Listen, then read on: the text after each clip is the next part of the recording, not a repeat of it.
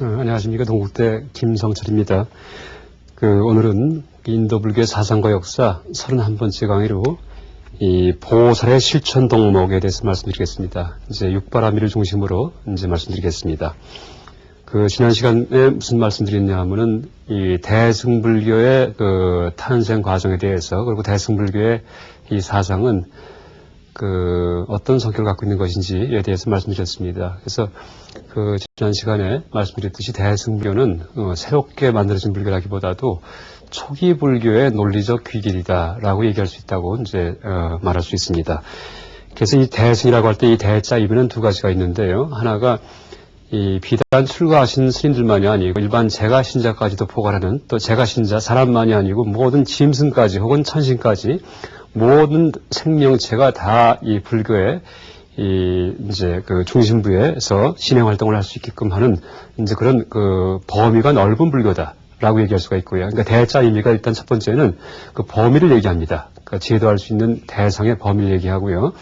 또 하나는 목표가 원대하다 하는 의미에서의 대승이다라고 얘기합니다.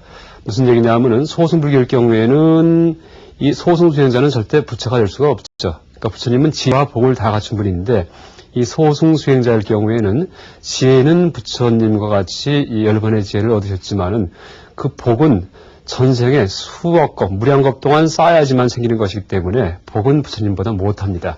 그래서 부처님은 평생을 평탄하게, 순탄하게 이제 생활하시고 80대 열반하셨지만, 아라한이 되었던 부처님 제자 중에는 이제 불행했던 그런 제자분들 많이 계시죠. 왜냐하면 복이 없었기 때문에 전생에 있었던 악업의 과보로 이제 불행한 그런 이 죽음을 맞이하는, 열반을 맞이하는 그런 분도 계셨습니다. 예를 들어서 목련존자 같은 경우는 이 외도한테 맞아서 돌아가시죠. 목련존자가 신통지, 그러니까 하늘을 알고 하는 이제 그런 아주 신통의 력이 가장 뛰어난 분야 얘기를 하는데, 이 외도들이 이제 목련존자를 해치게 되죠. 그때 이 목련존자께서 본인의 전생을 회상해 보니까 전생에 해쳤던 사람들이에요. 그럼 당연히 내가 이 과보를 받아야 되겠구나 하면서 이제 돌에 맞아 돌아가시는 경우가 있습니다. 이렇게 이 아라한일 경우에는 이제 복이 부처님만 못하죠. 그래서 이 대승불교에서는 우리는 아라한이 될 것이 아니고 부처님처럼 복도 갖춘, 복과 지혜를 모두 갖춘, 복과 지혜를 부족한 이제 그런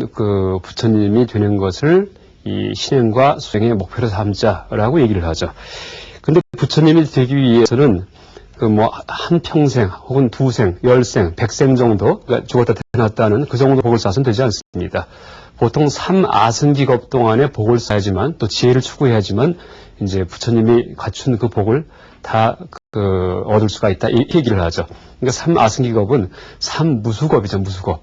1겁이라고 해도 그 세월이 엄청나는데, 이제 숫자의 단위 중에 가장 큰 숫자가 인도에서 아승기입니다. 아상키야. 그걸 3번 지나야지만 복덕이 쌓여서 부처가 된다는 얘기를 하죠.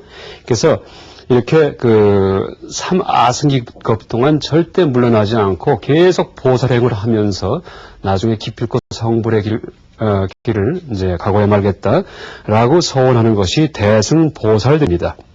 그래서 이 대승불교의 보살들은 부처님의 전생에 수행하셨던 그런 이제 방식대로 수행을 하는 분들인데, 물론 출가하신 스님도 계실 수가 있고, 혹은 재가자도 있을 수가 있고요. 근데 이 보살의 실천 덕목은 이제 굵게 봐서, 그러니까 두 가지로 나눌 수가 있습니다. 하나가 상구보리고요. 다른 하나가 하와중생이죠. 그러니까 위로는 깨달음을 구하고, 아래로는 중생을 교화한다 라는 의미가 되죠.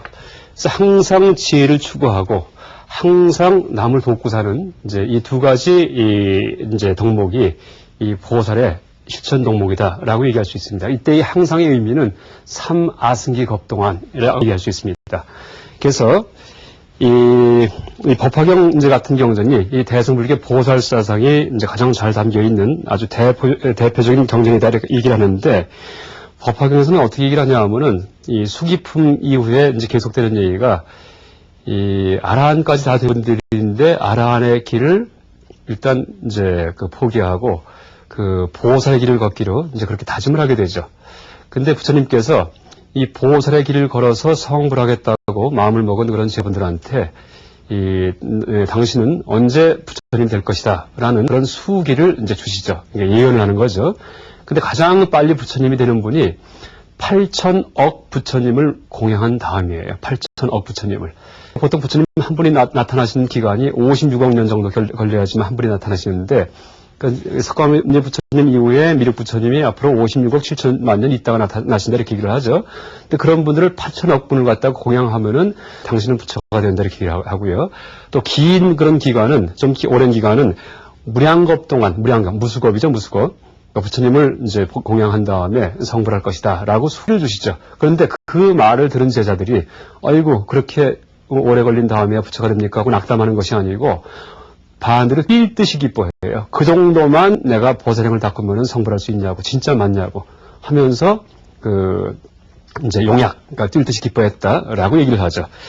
그래서 이건 무슨 의미냐 하면은 이 법화경에서의 이 보살행은 사실 우리가 1급 동안 수행을 할 경우에도 죽고 태어나서 다시 기억이 날지도 모르는데 전생에 어떤 다짐했던 것들이, 근데 그게 무수겁 혹은 8천억 부처님을 모신 다음에 라는 그런 말을 들 경우에는 다시 말해서 목표를 염두에 두지 말란 얘기예요. 항상 과정에 충실하라 이런 얘기죠. 그래서 보살은 이 부주열반 혹은 무주열반, 열반에 머무르지 않는다 이렇게 얘기를 하죠. 열반에 머무르지 않는다. 항상 지혜를 추구하는 과정. 어떤 목표에 도달하겠다. 조급하게 이게 아니에요. 항상 지혜를 추구해요. 또 항상 남을 돕고 살아요. 남을 하는 그런 이 프로세스, 과정으로서의 삶을 사는 사람들이 보살이죠. 예를 들면은 이 사과가 익을 때 처음에 이제 꽃이 피면 열매가 이제 되죠. 사과 열매가. 근데 이제 사과가 익으면은 나중에 어떻게 됩니까? 그러니까 수분을 많이 빨아들이고 태양빛을 쬐이고 이제 좋은 바람을 쐬이면은 나중에 익으면은 어떻게 돼요? 이 무거워지면 똑 떨어지죠. 그걸 성불에 비유한다면은 그 사과가 익으면 똑 떨어지듯이 우리의 복덕과 지혜가 무르익으면은 성불은 자동으로 되게 돼 있어요. 그런데 그게 아니고 아직 익지 않은 풋사과가 내가 언제 떨어지지 하고 아무리 조바심내고 생각해봤자 사실은 떨어질 수가 없겠죠. 그런 의미에서 오직 사과가 할 일은 그렇게 조바심내는 것이 아니고 프로세스 과정, 단지 물만 자꾸 빨아들이고 좋은 태양빛을 자꾸 흡수하는 그런 과정. 다시 말해 이 불교에 빗댄다면은 사안구볼 항상 지혜를 추구하고 살고, 그죠? 언제 깨달아서 뭘 알았는 게 아니에요. 항상 추구하고 있어요. 그런 마음 자세입니다. 그 다음에 항상 남을 돕는 그런 마음 자세로 살고 있죠. 이것이 보살이죠. 그 다음에 성불은 사과가 있듯이 갑자기 딱 떨어지죠. 물론 무수겁이 있다가죠. 이런 과정으로서의 불교 신행을 얘기하는 것이 바로 법화경이다라고 얘기할 수 있고요. 이제 그런 과정으로서의 신행 덕목으로 좀 구체화시켜서 상구불의 하와증생을 육바람일이라고 얘기합니다. 육바람일. 여러분 이제 많이 아시겠지만은 이 보시, 지계, 인욕, 정진, 선정, 반야 이게 이제 육바람일이죠. 보시, 지계, 인욕,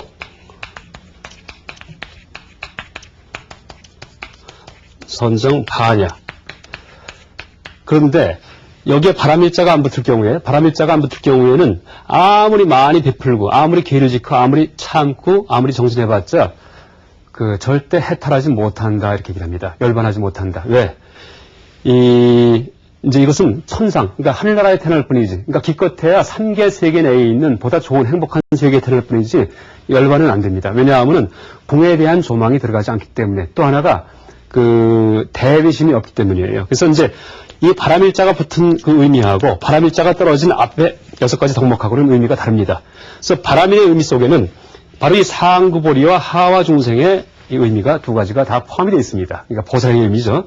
그래서 바람일자가 없을 경우는 아무리 베풀어도 하늘나라뿐이 못해 안 나죠. 근데 바람일이 붙으면은 보시바람일, 베푸는 바람일을 함으로써 나중에 이제 결국 성불, 부처님이 될 수가 있다 이렇게 얘기를 하죠.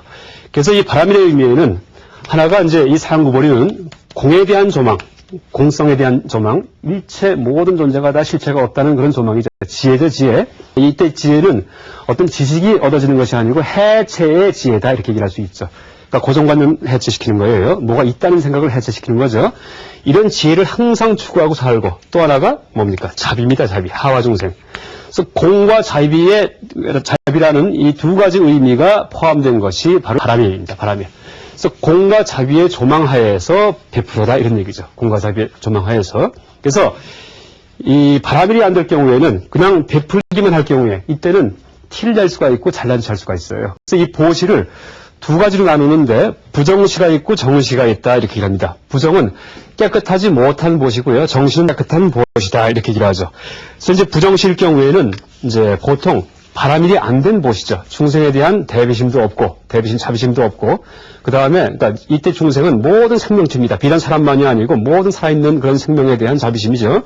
또 하나가 공성에 대한 어떤 자각도 안 돼 있어요. 일체가 다 공하다 하는 그런 지혜도 열리지가 않았어요. 단지 남한테 베푸는 것이 좋구나 참 하는 이제 그런 생각만 갖고 남을 베풀 경우에 남에게 베풀 경우에 이것을 부정시다 깨끗하지 못한 더러운 못이다 이렇게 얘기하죠. 물론 베풀지 않는 것보다는 당연히 낫지만은 이건 이제 부정시다 얘기하는데 이 어떻게 얘기를 하냐면은 이 부정시는 예를 들어 갖고 이제 남에게 자랑하기 위해서 보시하는 거. 그 다음에 이제 남이 누구한테 베풀었기 때문에 어떤 시기심에서 나는 더 많이 베풀 수 있다는 그런 질투심에서 베푸는 거, 이런 것들이요. 그 다음에 베푼 다음에 흐뭇하고 뽐내는 거. 이게 전부 다 부정시에 들어갑니다. 그런데 이 보시 바람일이 될 경우가 바로 정시죠. 깨끗한 보시가 되는데 이때는 삼륜이 청정해야 된다. 이렇게 얘기를 하죠. 삼륜 청정. 세 가지 바퀴가 청정하다 이런 얘기인데 그때 세 가지 바퀴는 주는 자, 그러니까 베푸는 자죠. 그 다음에 또 하나가 받는 사람, 받는 자, 또 하나가 베푸는 물건, 이 세 가지가 다 실체가 없다, 공하다라는 자각하에 베풀어라 이렇게 얘기를 하죠. 그래서 삼륜청정하에서 베푸는 이제 보시만이 진정한 보시다. 그게 바로 보시 바람이요. 이때는 남한테 베풀고도 티내지를 않아요. 자랑스럽하지도 않고요. 그래서 사실 우리가 남한테 베푸는 게 좋은 그런 일이라 얘기를 하지만은 거꾸로는 남한테 베풀면서 상대방한테 모욕감을 줄 수도 있고, 그렇죠? 아니면은 내가 우쭐해갖고 우월감을 가질 수도 있고, 아니면은 내가 내세에 좀 좋은데 태어나려고 이제 많이 돈을 갖다가 누굴 한테 시사한다든지 하는 이제 그런 세속적인 마음에서 이제 베풀 수도 있겠죠. 근데 불교에서는 이 보살사상에서는 그것은 진정한 품이 아니다. 물론 안 베푸는 사람보다 그걸 비난하면서 안 베푸는 사람보다는 더 낫죠. 일단 티내고 베푸는 게 더 좋은 베품은 티나지 않은 베품. 다시 말해 보시 바람이다 이렇게 얘기를 하죠. 그래서 금강경에서는 무주상보시하라 이렇게 얘기해요. 무주상보시. 금강경에서는 이 보시 바람이를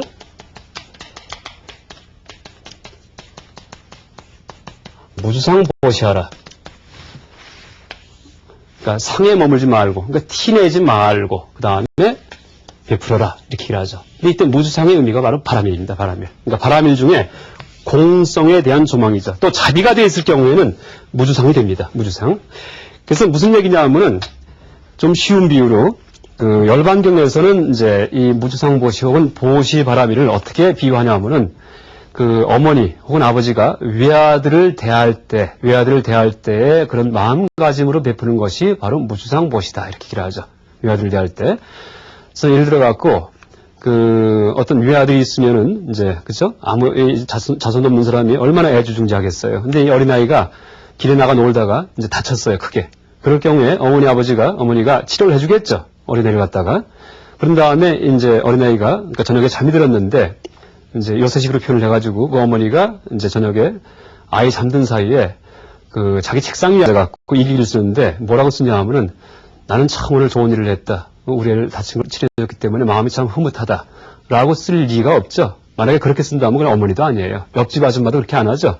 그건 무슨 얘기냐 하면은 무주상 보시에서는 자기 자신한테도 잘했다는 생각이 안 듭니다. 그것은요. 내가 착한 일 했다는 생각이 안 드는 그런 보시가 그게 무주상 보시예요. 나도 모르는 거예요.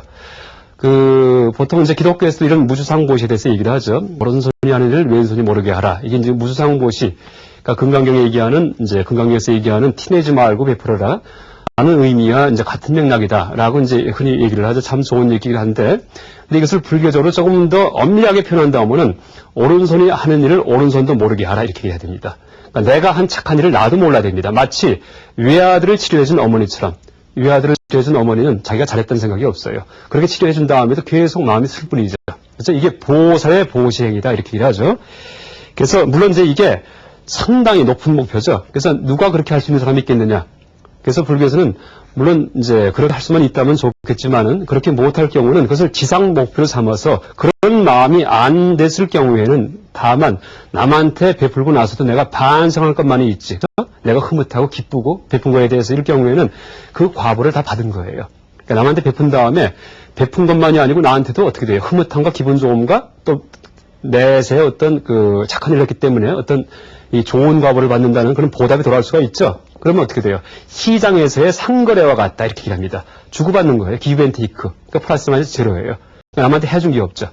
그래서 보통 우리가 그 거린들이 적선하세요 이렇게 얘기를 하죠. 적자가 쌓을 적자, 선자가 착할 선자인데 착함을 쌓으세요라는 이제 말이죠. 근데 그 무슨 얘기냐 하면은 그 거린에게 이 보시를 할 경우에는 당신은 착한 일을 했기 때문에 나중에 그 선이 쌓여서 인과응보의 세계에서 좋은 데 태어납니다. 이런 얘기입니다. 그래서 이 적선이란 말 자체가 불교의 인과응보의 교리가 그 들어가 있는 말이죠. 근데 그런 식의 적선일 경우에는 어떻게 돼요? 내가 남한테 베풀고 나서 내가 내에서 좋은 겁을 받으니까 주고받고 상거래와 같은 거예요. 물론 안 베푸는 것보다는 낫죠. 훨씬 낫지만은 실제는 상거래와 같은 베품이 아니고 베풀고 나서도 항상 대비심, 항상 슬프고 항상 중생에 대한 연민의 마음이 있는 그러니까 타인에 대한 이제 그런 베품이 진정한 베품이다라고 얘기할 수가 있겠죠. 이것이 이제 무주상보시의 이제 의미입니다. 그래서 이 육바라밀을 설명하는 이 논서 중에 이 대지도론이라는 논서가 있는데 여기에서는 이 무주상보시 다시 말해 보시바라밀에서는 그러니까 물건도 남에게 줘버리지만은, 그러니까 물건을 버리는 거죠. 남한테 자기가 갖고 있던 물건도 주는 거예요. 그렇지만 또 하나 버리는 게 있어요. 베풀었다는 마음도 버린다 이렇게 얘기합니다. 그래서 이 보시바라밀에서는 버리는 게 두 가지가 있는데 물건도 버리고 보시함도 버린다 이렇게 얘기를 합니다. 이것이 진정한 이 베품이다 이렇게 얘기를 하죠. 그 다음에 이제 육바라밀 중에 두 번째가 그 지계바라밀이죠. 그러니까 기요를 지키는 것이죠. 기요를.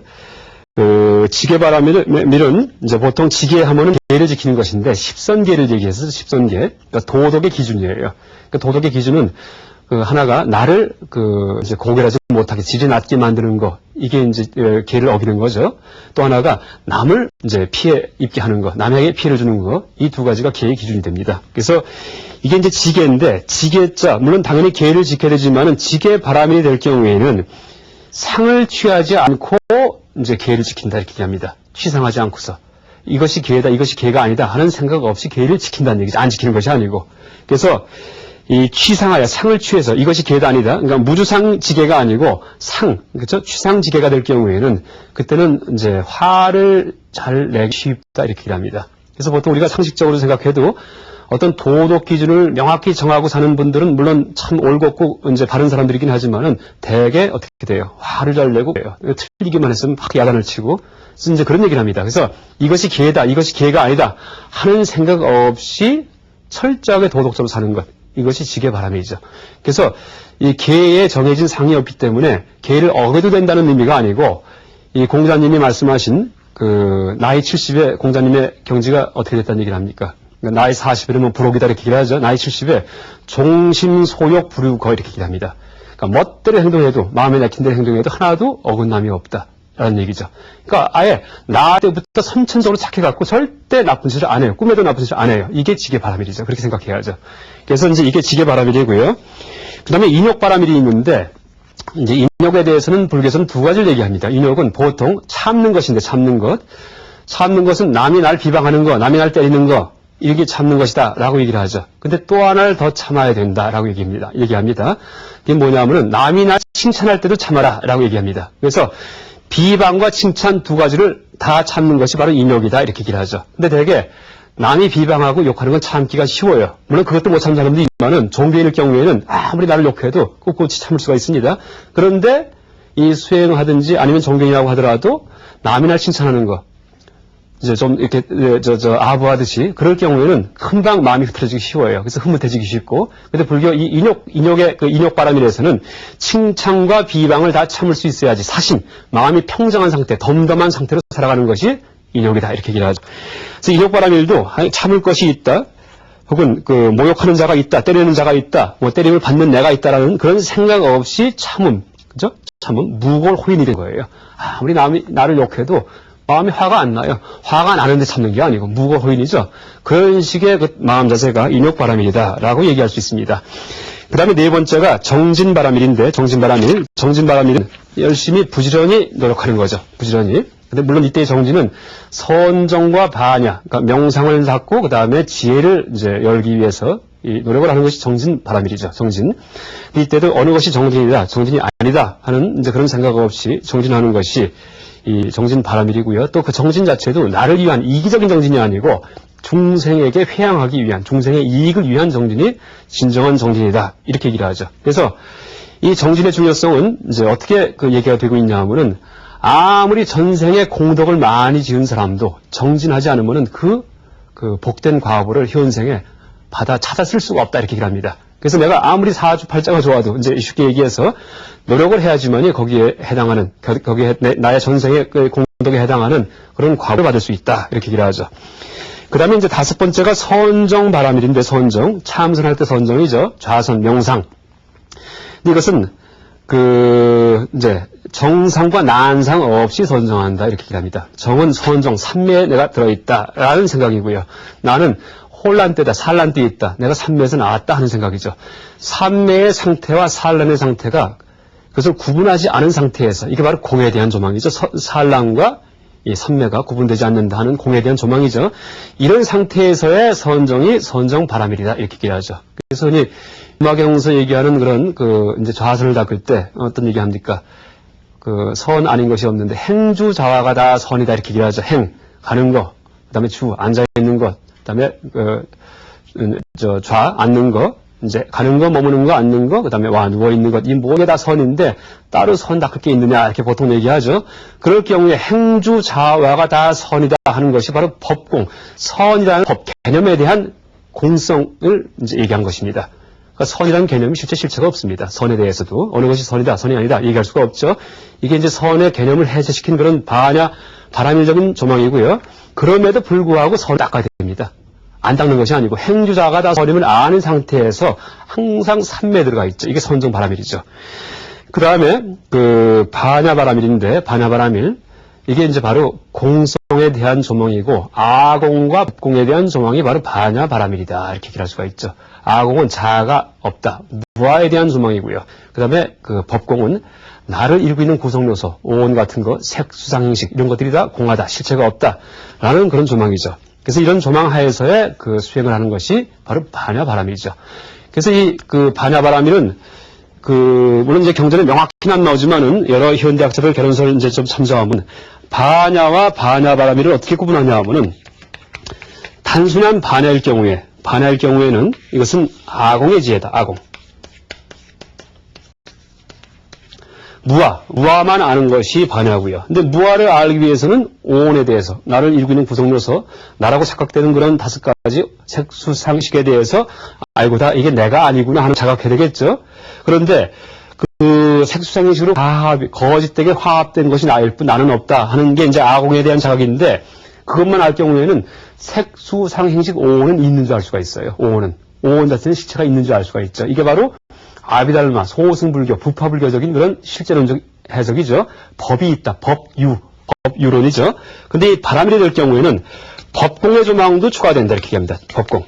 그러니까 나도 없지만은 오온도 없다라는 이제 아법 구공, 둘 다 같이 공하다 하는 그런 조망하에서의 이 지혜가 바람일이다라고 얘기를 하죠. 그래서 이 앞에 있는 다섯 가지 바람일은, 그러니까 이제 보시, 지계, 인욕, 정진, 선정 다섯 가지 바람일은 반야 바람일에 의해서 인도되어야지만 진정한 바람일이 될 수가 있다라고 얘기를 합니다. 그래서 이 공성의 조망이 개입이 돼야지 이 진정한 이 육바람일이 되는 것이지, 공성의 조망 없이 단지 베풀기만 하고 보시, 단지 기울만 지키고 단지 인욕 참기만 하고 단지 정진만 하고 혹은 선정만 할 경우에, 또 반야 같은 경우도 공성에 대한 조망 없이 아공만 닦을 경우에 소승수에서 전락하여 아공, 법이 얘기하는, 그래서 이 공성에 대한 조망에 의해서 이 여섯 가지 덕목을 수행을 해야지, 나중에 이제 아법 구공, 이제 나도 없고 무아이고 그 다음에 법도 없다는 그런 조망하에서 궁극적으로 이제 부처님의 경지에 이르는 그런 보살의 이제 실천이 될 수가 있다라고 얘기를 합니다. 그래서 이제 바람일에는 다시 설명드린다면은 두 가지 조망이 개입이 되는데, 하나가 이 공성에 대한 조망이고요. 또 하나가 바로 자비에 대한 조망입니다. 근데 이 공성과 자비는 사실은 다른 것이 아니고 같은 얘기입니다. 일체가 다 공하다, 나도 없다라고 생각했을 경우에, 그걸 파악했을 경우에는 어떻게 됩니까? 내가 없기 때문에 이기심이 사라지죠. 그때 어떻게 됩니까? 그걸 뒤집어 얘기하면 동체 대비심이 생깁니다. 동체 대비심. 모든 게 다 내 몸이다. 라는 생각하에서 다른 사람의 고통을 내 몸의 고통처럼 느끼는 이제 그런 마음 자세가 생기죠. 마치 어머니가 위아들을 대하듯이 이제 그렇게 얘기를 하죠. 이게 바로 동체 대비심이죠. 또 우리가 낳을 때부터 일부분은 동체 대비심이 조금은 돼 있습니다. 그래서 예를 들어 갖고 지금 우리 눈앞에서 어떤 동물이 막 죽어갈 때 그때 어떻게 돼요? 특히 여자분들 같은 경우는 자비심이 많기 때문에 막 우울해하죠. 자기랑 관계없는 동물인데도 그렇죠? 왜냐하면 내 몸이 아픈 것처럼 그런 느낌이 오는 거죠. 근데 그것을 격장시켜갖고 모든 생명, 나랑 관계없는 원수에게조차도 나에 대해서 나를 적대시하는 그런 사람에게조차도 이제 이 동체대비심, 나와 한 몸인 것처럼 느끼는 그런 마음을 자꾸 개발하는 것이 이 바로 육바라밀 수행이다라고 얘기할 수 있습니다. 오늘은 이 대승불교의 이상적 인간상인 이 보살의 이제 실천 덕목이죠. 그러니까 보살이 성불할 때까지 어떻게 살아가야 되는가라는 얘기를 이 육바라밀 이제 중심으로 설명드렸습니다. 이상 강의 마치겠습니다. 네, 감사합니다.